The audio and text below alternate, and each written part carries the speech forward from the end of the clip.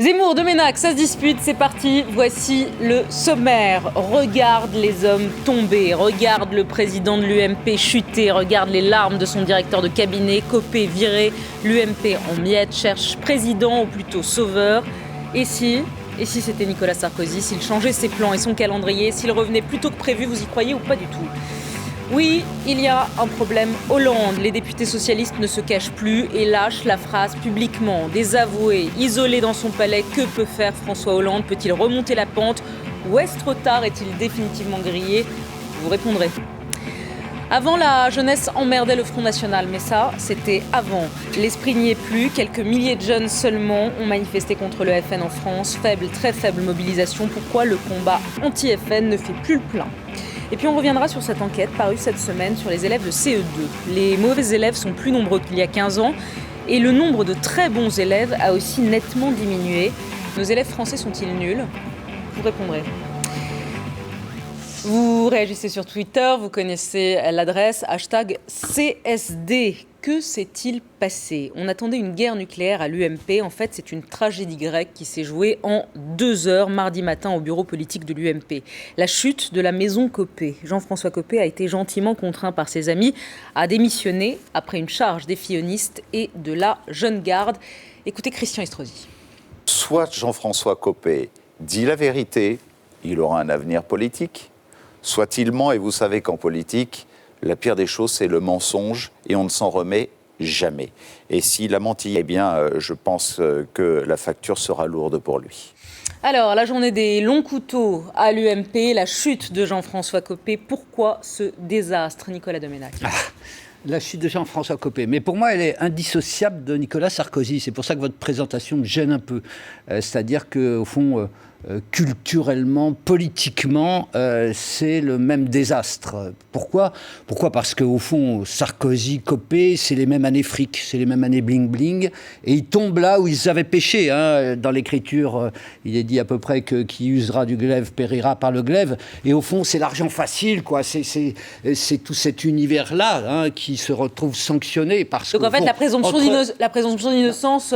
Non, mais enfin, on voit bien, l'affaire Pygmalion, c'est qu'un prolongement de toutes les affaires de fric qui ont entouré Sarkozy, parce que pour Sarkozy, c'était ça, le culte de l'argent, enrichissez-vous, ça devait dégringoler en bas, ça ne s'est jamais fait, mais en tout cas, c'est ce qu'on retrouve à l'arrivée, au fond, et que ses proches aient démultiplié, ce que lui-même, au fond, avalisait en étant à la fois responsable politique et membre d'un cabinet d'affaires, en fréquentant des trafiquants d'armes, etc. Il y avait ce mélange des années Sarkozy, ça a pu arriver à gauche aussi, mais voilà, qui se trouve sanctionné ici. C'est pour ça que Copé y a mis sa patte personnelle, mais c'est le Pygmalion, c'est Sarkozy, si j'ose dire, quoi. Donc tout ça est lié, voilà. C'est pas un peu facile, là, ce qu'il dit, les années fric, tout ça ?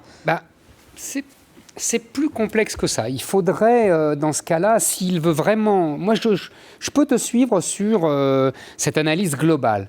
Mais dans ce cas-là, il faut globaliser encore plus. J'exclus pas la gauche. Non, c'est même pas ça. Je te dis ça parce qu'il y a 15 jours, 3 semaines, pour ma chronique hebdomadaire dans le Figaro, j'ai lu un livre tout à fait passionnant qui s'appelle « Le triomphe de la classe politique anglaise ». Et qui est une analyse percutante du blairisme. Ce Tony Blair, charmant, si séduisant, qui était d'ailleurs admiré à la fois par Nicolas Sarkozy, Copé, Valls, etc. Et, à t'entendre, c'est exactement ce qu'explique ce journaliste anglais sur Tony Blair.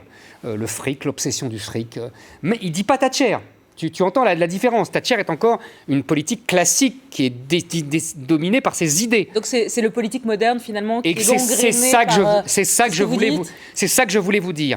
Il y a une... Non mais je dis, c'est intéressant. Tu englobes à Sarkozy, je te dis pas non. Tu vois, je te dis pas non et on va aller dans le détail. Mais il faudrait encore plus englober. Il y a un problème de l'Occident.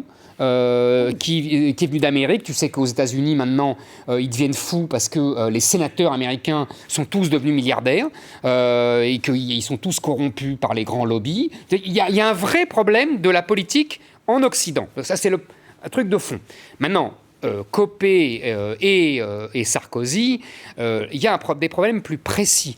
C'est-à-dire que moi aussi c'est marrant que ça revienne, parce que j'étais complètement fasciné par les images des meetings de Sarkozy pendant la présidentielle, que j'ai trouvé absolument sublime. Notamment Villepinte. Et la Concorde. Et la Concorde. Trocadéro, pardon. La Concorde et la Trocadéro, qui étaient Hollywood sur scène. Exactement, qui étaient magnifiques. Maintenant, je comprends. Effectivement, la beauté avait un prix, comme toujours, Charléa, n'est-ce pas? Mais quand même, non, mais je plaisante. Si je peux me permettre une je t'en prie, insiste là-dedans. Toi comme moi, nous avons accompagné souvent Nicolas Sarkozy dans ses meetings en province. Jadis. Le meilleur, jadis. Et pendant la présidentielle de 2007. Le meilleur expert de la logistique de campagne, c'était quand même Nicolas Sarkozy en personne. Alors qu'on vienne nous expliquer qu'il était au courant de rien, qu'il ne savait pas combien ça coûtait, c'est une blague, forcément. C'est ce que il y avait au moins des proches de Sarkozy qui étaient pas... Vous l'imaginez en train d'ouvrir le livre de compte pendant sa campagne. Vous l'imaginez en train d'ouvrir Non, mais il n'avait pas besoin. Il mais savait combien il y avait de personnes dans chaque salle. C'était lui. Il savait le nombre de chaises. Il savait combien on pouvait rajouter de personnes debout. Parce qu'il l'avait expérimenté. Il avait appris la France par les pieds, par les yeux, par les oreilles, tout ça. Donc, dire que c'est tout ça qui se passe. Il ne pouvait pas ne pas savoir, dire que cette débauche-là avait un prix. Et ensuite, je termine dans ma foulée de ces années Sarkozy. Au fond, tous ces gens-là, ça touche aussi la gauche. Je crois qu'ils sont au-dessus des lois. Ils ont voté des lois pour limiter les dépenses. Mais au fond, ils pensaient qu'ils gagneraient, puis qu'ils pouvaient passer par là-dessus. C'est ce qu'ils ont expliqué d'ailleurs au Conseil constitutionnel à Jean-Louis Debré, qui leur a dit « Mais non, vous avez voté des lois, je les applique, moi. Attendez, je ne vais pas ne pas les appliquer parce que... » Jean-Nicolas, je te rappelle que ça a marché pour Chirac ça a marché en autrefois, 95. mais les temps ont changé. Non, mais je terminerai il faut quand même rappeler le contexte. Je terminerai par une flèche de part, et comme par hasard, c'est la même ligne politique qui est sanctionnée aussi, c'est-à-dire la ligne Buisson, qui a été disqualifiée politiquement et moralement sous Sarkozy et sous Copé. C'est ça qui se passe. On va parler politique. Non, mais mais parce que là, c'est faux. Non, mais c'est idiot. Oui, parce que ça te gêne. Mais non, mais c'est idiot, Nicolas. C'est même idiot. Ça m'étonne de... Non, c'est sanctionné. C'est pas objectif. C'est pas objectif du tout. Que tu me dises que Sarkozy, comme Copé, ont par opportunisme écouté Buisson parce qu'ils pensaient que ça allait leur apporter des voix, oui. Mais que tu me dises que aujourd'hui l'éventuelle pratique financière délictueuse, ou je ne sais pas, parce que c'est dans après on verra dans le détail, sous-facturation, surfacturation, on n'en sait rien tout ça. Il n'y a pas de condamnation. On ne sait pas le précis. Bon. Mais que tu me dises que ça a un lien avec la ligne politique, excuse-moi. C'est un constat de fait que dans les deux cas, la ligne qui est battue, c'est celle-ci, c'est celle de Buisson. Tu confonds concomitance avec causalité. Ça n'a rien à voir. On peut peut-être réfléchir. On va parler des lignes politiques, on va parler de l'avenir politique de Jean-François Copé. Est-ce qu'il est mort ou pas? De Nicolas Sarkozy, est-ce qu'il va accélérer son calendrier, oui ou non? Mais d'abord, j'ai une question, puisque vous parliez de la loi, Nicolas Doménac. La loi, elle dit quoi? Elle dit, si tu veux faire une campagne présidentielle, c'est 22 milliards d'euros. 22 millions. 22 millions d'euros. Moi, je me crois aux États-Unis, moi, c'est politique grandeur. 22 millions d'euros. Et ce que dit Lavrieux, quand on écoute Lavrieux, c'est qu'en gros, ce qu'il dit, c'est pas suffisant pour faire une campagne électorale. Est-ce que, je vous pose la question, au-delà des fausses factures de cette affaire-là, est-ce que 22 millions d'euros aujourd'hui, avec tout ce qu'il faut faire comme meeting, comme médias, etc., est-ce que c'est suffisant? Est-ce que la loi votée est suffisante? J'ose la question. Pas de sens. Il cherche à mouiller la gauche en disant ça, en sous-entendant qu'elle aurait explosé elle aussi les plafonds de campagne. Sauf que Bayrou l'a très bien dit, par exemple, lui, il a fait une campagne pour moitié moins. Donc on peut aussi faire pour moitié moins. Je veux dire, ça sera moins beau. Voilà, ça n'ira pas sur scène, il n'y aura pas cette débauche. Sur cette question. Voilà, sur cette question. Il ne faut pas oublier que c'est de l'argent public. Donc moi, je n'ai pas envie que ça explose, c'est notre argent. Ah oui. Et deuxièmement, plus il y a d'argent, plus il y a des risques de corruption. Je parlais des États-Unis, je vous assure, vous lisez, il faut lire ce qu'on raconte sur les sénateurs américains aujourd'hui, qui sont tous milliardaires. Moi, j'en suis pas revenu encore, c'est pour ça que je le répète, pardonnez-moi, mais c'est quand même on est revenu, et c'est exactement ce que dit ce journaliste anglais dont je vous parlais, on est revenu au XVIIIe siècle, où il y avait des gens corrompus et il n'y avait plus le suffrage universel. Là, vous pouvez citer vos amis russes aussi, qui, excusez-moi, la classe politique russe, elle est voilà. Tout à fait qui défendait en permanence Poutine. Mais absolument. Là, vous parlez des Américains, on peut parler des oligarques russes. Vous avez tout à fait raison. Voilà. Vous avez tout à fait raison, mais c'est pas à l'honneur de la démocratie occidentale. Les oligarques russes. Jean-François Copé est-il mort? Est-il mort politiquement? Alors, est-il mort politiquement? On pourra vous citer avec Zemmour des dizaines de cas.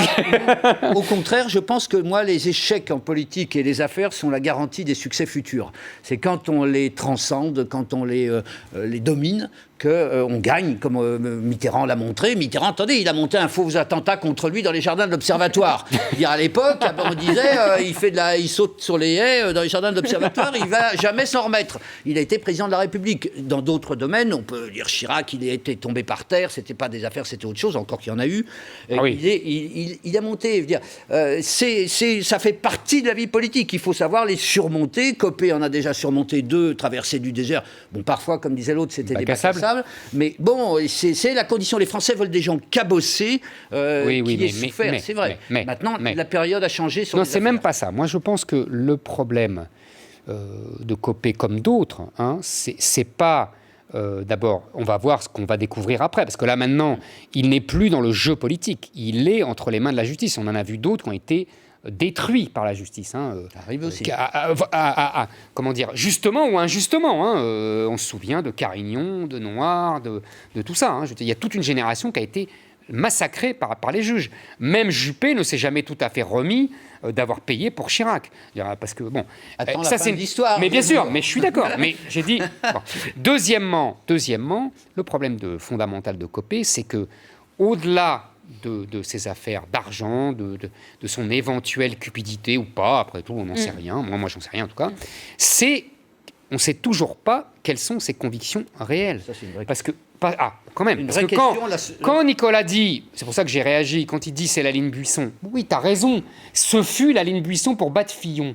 Ouais. Enfin, ça a été autre chose avant et ça sera autre chose après. Là, on est une espèce de chiracisation généralisée de la classe politique et en particulier de l'UMP qui devient vraiment préoccupant. Mais ce qui est très intéressant quand même dans ceux qu'il a signalés comme ayant été fusillés par les juges, il faut faire intervenir, c'était aussi des victimes de l'hypermédiatisation. Oui, c'est vrai.